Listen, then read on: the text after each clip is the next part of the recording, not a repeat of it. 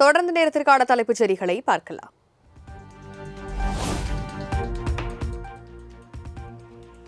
சென்னை பனையூர் அலுவலகத்திற்கு வருகை தந்த தவேக சட்டமன்ற உறுப்பினர்கள் சட்டப்பேரவைத் தேர்தலில் 108 இடங்களில் வெற்றி பெற்றதை அடுத்த கட்சி தலைவர் விஜய் உடன் அடுத்த கட்ட நடவடிக்கை குறித்து முக்கிய ஆலோசனை.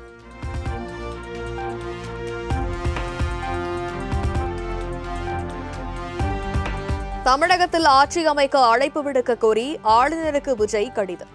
தனிபெரும் கட்சியாக உருவெடுத்த நிலையில் ராஜேந்திர அர்லேகருக்கு கடிதம் எழுதினார் தவேக தலைவர் விஜய்.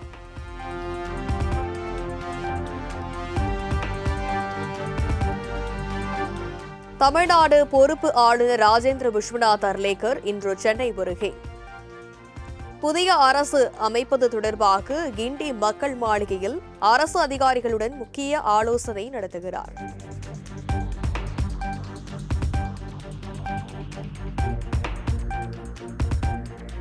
பெரும்பான்மையை நிரூபிக்க எந்த கட்சியிடம் ஆதரவு கோருவது என்பது குறித்து தவேக தலைவர் விஜய் முக்கிய ஆலோசனை. சென்னை பனையூர் அலுவலகத்தில் நடைபெறும் ஆலோசனையில் பொதுச் செயலாளர் என் ஆனந்த் உள்ளிட்ட நிர்வாகிகள் பங்கேற்பு.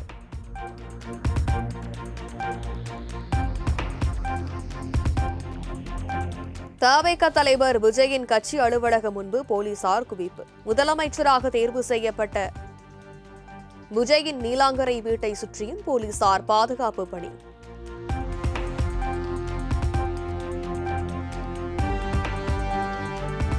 தமிழகத்தில் ஆட்சியை பிடித்தது தமிழக வெற்றிக் கழகம்.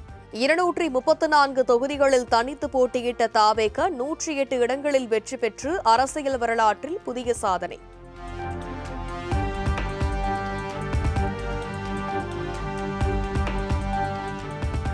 திருச்சி கிழக்கு தொகுதி எம்எல்ஏ பதவியை தவேக தலைவர் விஜய் ராஜினாமா செய்ய உள்ளதாக தகவல். பெரம்பூர் மற்றும் திருச்சி கிழக்கு ஆகிய 2 தொகுதிகளில் வெற்றி பெற்ற நிலையில் ஒன்றை ராஜினாமா செய்ய முடிவு.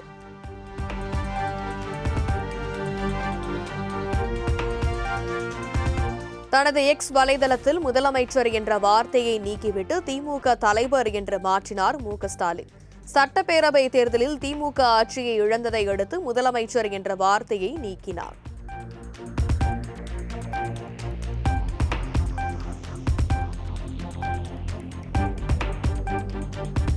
முதலமைச்சர் பதவியை ராஜினாமா செய்தார் திமுக தலைவர் மு.க.ஸ்டாலின். தேர்தலில் தோல்வியடைந்த நிலையில் பதவி விலகல் கடிதத்தை தமிழக ஆளுநர் மாளிகைக்கு அனுப்பி வைத்தார்.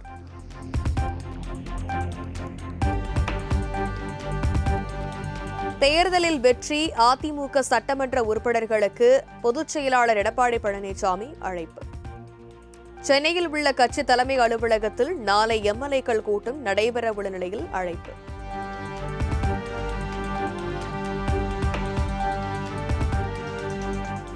திமுக கூட்டணியில் இருப்பவர்கள் யாரும் கூட்டணியை விட்டு வெளியேற மாட்டார்கள். ஆதரவு கோரி தவேக அணுகியதா என்ற கேள்விக்கு மதிமுக பொதுச் செயலாளர் வைகோ திட்டவட்டம்.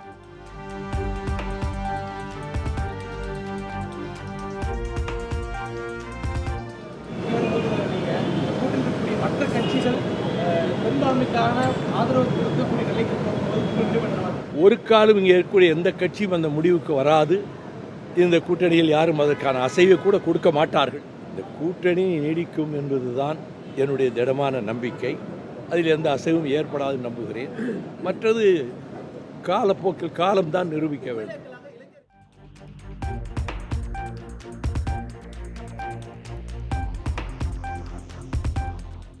தவேக தலைவர் விஜய் எங்கள் வீட்டு பிள்ளை.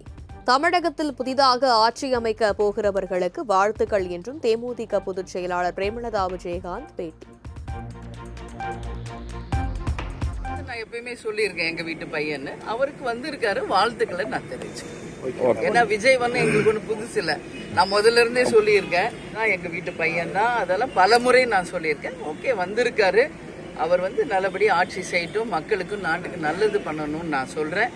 அதனால மனப்பூர்வமான வாழ்த்துக்களை அவருக்கு தெரிவித்துக் கொள்கிறேன்.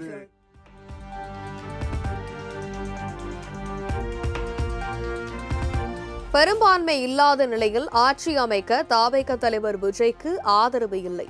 தாங்கள் மதச்சார்பற்ற வெற்றி கூட்டணியில் நீடிப்பதாகவும் தேமுதிக பொதுச் செயலாளர் பிரேமலதா திட்டவட்டம்.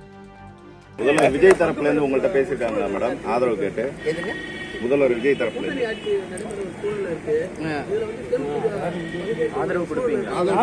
நாங்க மதசார்பற்ற வெற்றி கூட்டணி தான், அதுல நாங்க உறுதியாக இருக்கிறோம்.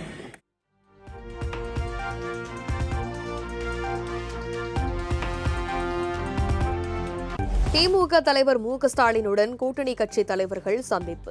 அண்ணா அறிவாலயத்தில் வைகோ, திருமா, சண்முகம் உள்ளிட்டோர் ஸ்டாலினை சந்தித்து ஆலோசனை.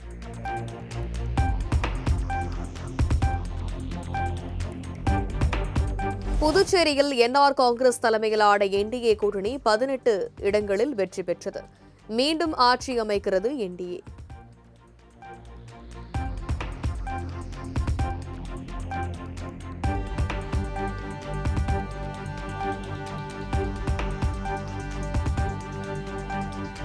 திருநள்ளாறு தொகுதியில் போட்டியிட்ட பாஜக மாநில துணைத் தலைவர் ஜே.என்.எஸ். ராஜசேகரன் வெற்றி. 9,000க்கும் அதிகமான வாக்குகள் வித்தியாசத்தில் காங்கிரஸ் வேட்பாளர் கமலக்கண்ணனை வீழ்த்தினார்.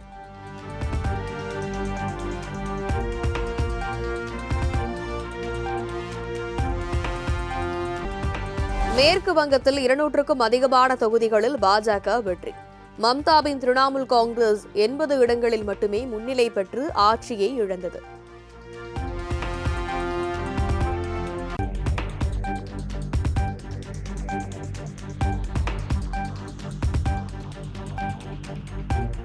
மேற்கு வங்க மாநிலத்தில் முடிவுக்கு வந்தது திரிணாமுல் காங்கிரஸ் கட்சியின் 15 ஆண்டுகால சகாப்தம். மம்தா பானர்ஜியின் ஆட்சியை வீழ்த்தி முதல் முறையாக ஆட்சியை கைப்பற்றியது பாஜக.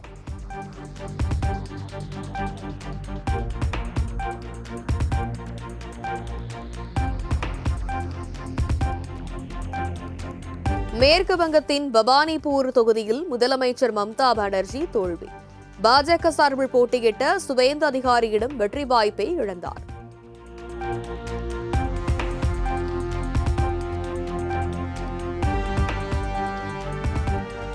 மேற்கு வங்க மாநிலத்தில் பாஜக பெற்ற வெற்றி நேர்மையானது அல்ல. திரிணாமுல் காங்கிரஸ் கட்சி மீண்டும் எழுச்சி பெறும் என்று முதலமைச்சர் மம்தா பானர்ஜி திட்டவட்டம்.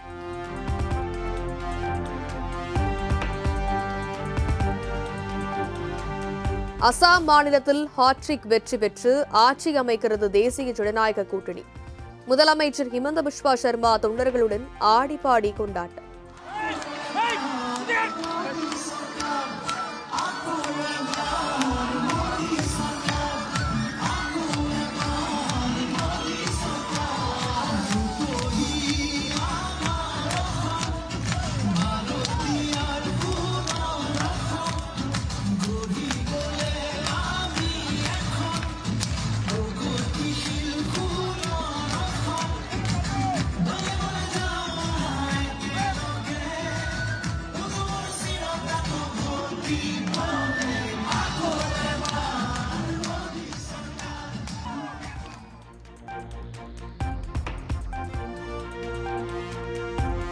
மேற்கு வங்கம், அசாம் மாநிலங்களில் தேசிய ஜனநாயக கூட்டணி வெற்றி பெற்றதன் எதிரொலி.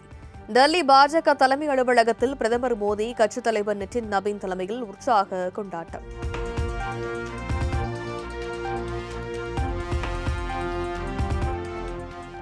மேற்கு வங்கம், அசாம், புதுச்சேரி மக்களின் கோரிக்கைகள் நிறைவேற்றப்படும். இடஒதுக்கீடு மசோதாவுக்கு எதிராக வாக்களித்த எதிர்க்கட்சிகளுக்கு மக்கள் தக்க பாடம் புகட்டியுள்ளதாக வெற்றி விழாவில் பிரதமர் மோடி பேச்சு.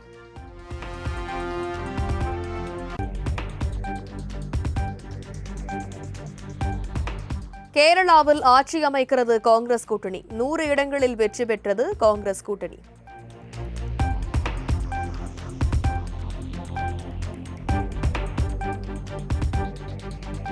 கேரளாவில் 3வது முறையாக முதலமைச்சராகும் வாய்ப்பை இழந்தார் பினராயி விஜயன். 35 இடங்களில் மட்டுமே முன்னிலை பெற்று ஆட்சியை பறிகொடுத்தது இடதுசாரி கூட்டணி.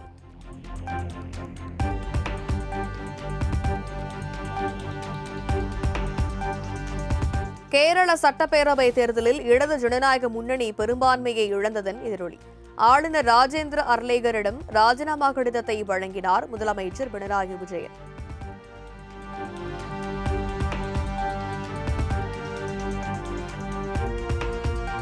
கேரள சட்டப்பேரவை தேர்தலில் என்டிஏ கூட்டணிக்கு வாக்களித்த மக்களுக்கு பிரதமர் நரேந்திர மோடி நன்றி.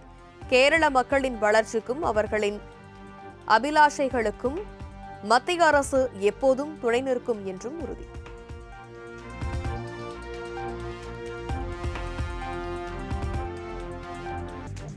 திண்டுக்கல், தேனி, கரூர், திருச்சி, நாமக்கல் உள்ளிட்ட 7 மாவட்டங்களில் இன்று இடி மின்னலுடன் கூடிய பலத்த மழைக்கு வாய்ப்பு.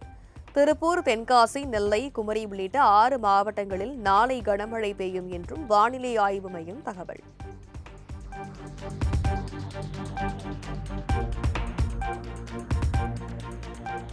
சென்னையில் ஆபரண தங்கத்தின் விலை சவரனுக்கு 1440 ரூபாய் குறைவு.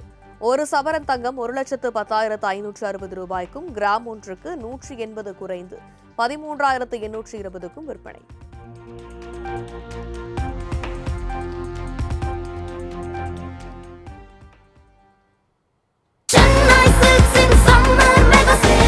Chennai Silks in Mega Summer Sale.